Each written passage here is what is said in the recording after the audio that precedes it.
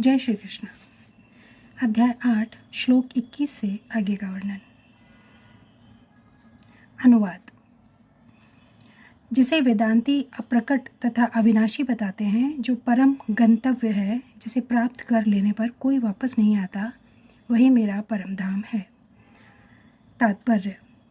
ब्रह्म संहिता में भगवान कृष्ण के परम धाम को चिंतामणि धाम कहा गया है, जो ऐसा स्थान है जहाँ सारी इच्छाएं पूरी होती हैं। भगवान कृष्ण का परम धाम गोलोक वृंदावन कहलाता है और वह पारसमणि से निर्मित प्रसादों से युक्त है। वहाँ पर वृक्ष भी हैं जिन्हें कल्प तरु कहा जाता है, जो इच्छा होने पर किसी भी तरह का खाद्य पदार्थ प्रदान करने वाले हैं। वहाँ गौएं भी हैं जिन्हें सुरभि गौएं कहा जाता है और वे अनंत दूध देने वाली हैं।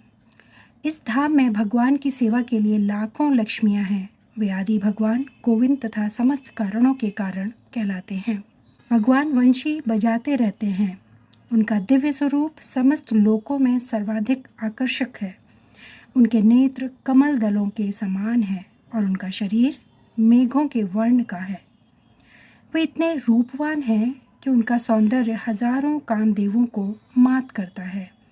वे पीत वस्त्र धारण करते हैं। उनके गले में माला रहती है और केशों में मोरपंख लगे रहते हैं। भगवत गीता में भगवान कृष्ण अपनी निजी धाम गोलोक वृंदावन का संकेत मात्र करते हैं, जो आध्यात्मिक जगत में सर्वश्रेष्ठ लोक है। इसका विशद वृतांत ब्रह्म संहिता में मिलता है। वैदिक ग्रंथ बताते हैं कि भगवान का धाम सर्वश्रेष्ठ है और यही परम धाम है। पुरुषांड पर किंचिता काष्ठा परमा गति। एक बार वहां पहुंचकर फिर से भौतिक संसार में वापस नहीं आना होता। कृष्ण का परम धाम तथा स्वयं कृष्ण अभिन्न है, क्योंकि वे दोनों एक से गुण वाले हैं। आध्यात्मिक आकाश में स्थित इस गोलोक वृंदावन की प्रतिकृति वृंदावन इस पृथ्वी पर दिल्ली से 90 मील दक्षिण पूर्व स्थित है। जब कृष्ण ने इस पृथ्वी पर अवतार ग्रहण किया था, तो उन्होंने इसी भूमि पर, जिसे वृंदावन कहते हैं, जो भारत में मथुरा जिले के 84 वर्ग मील में फैला हुआ है, क्रीड़ा की थी।